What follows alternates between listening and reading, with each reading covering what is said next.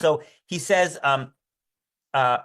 no one needs to remind me of the sufferings of Palestinians because it's something that drives me every single day. Okay, so that's first of all let's just be honest. That's bullshit. It's a bold-faced lie. Antony Blinken might say that to make him fall asleep at night, but nothing in his actual actions suggests that he's driven every single day by Palestinian suffering in Gaza because he keeps supporting the sending of those weapons, right? And when he says we've done everything in our power to find a way to get to the end of the conflict, that statement only makes sense if somehow the question of U.S. arms sales to Israel, right, is a kind of an exogenous question, as if that doesn't bear on American behavior, right? But it's the single most important factor, right? That America is literally giving Israel the weapons it's using to kill the people that Antony Blinken says he's so concerned about.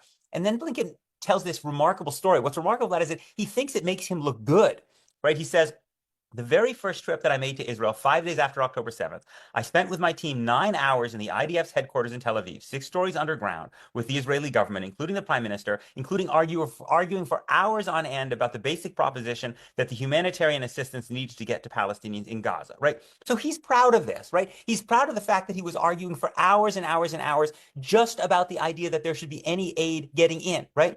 But why should Antony Blinken have had to argue for hours and hours and hours and hours, right? He only had to argue for hours and hours and hours because he wasn't actually using the obvious leverage that it was America's disposal. He would have not had to argue for hours and hours and hours if he simply said, no, we're not going to provide you the weapons to destroy this society and to starve people to death. Then he wouldn't have needed to argue for hours and hours and hours. But because he had taken the most important point of U.S. leverage off the table, he's basically he's proud of himself for trying to convince the Israelis, acting like a supplicant, right? Instead of the Secretary of the State of the superpower that provides Israel the weapons that it needs to prosecute this devastating war, right? And then when he's explicitly asked by the interviewer of the New York Times about American weapon sales, he says that support, meaning the U.S. arms, is vital to make sure Israel has a deterrent and has an adequate defense. And in turn, that means we're not going to have an even broader, wider conflict that results in more death and more destruction. Sorry? I mean, like, again, I understand in the nature of these interviews with the Times reporter has to be respectful. There's a certain kind of way in which you're supposed to address a Secretary of State, but what the fuck? I mean, the U.S., we give unconditional weapons to prevent a wider war, and Blinken is saying that this strategy has worked.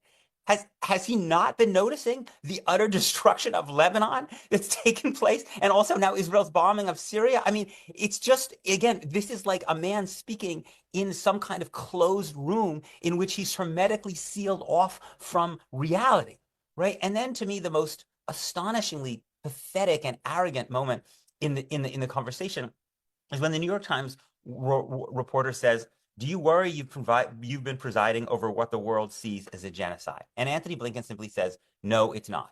No, it's not. That's it. No suggestion that he might have read the Amnesty or United Nations reports.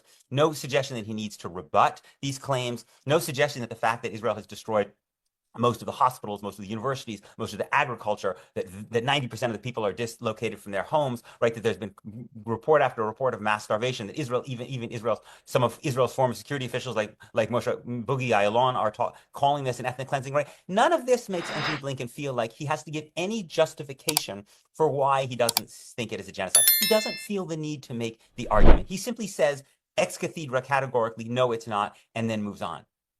This is what William Fulbright famously called during Vietnam the arrogance of power.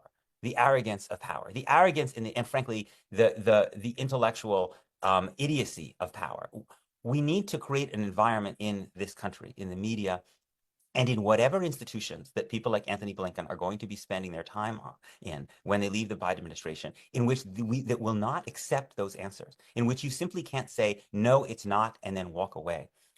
If Antony Blinken thinks he's going to become a professor at American University or go to some think tank or give interviews or write op-eds in the New York Times or show up on TV or do whatever he's going to do, it is critical for us as a country, as a society, to have the kind of accountability that means that he cannot get away with that.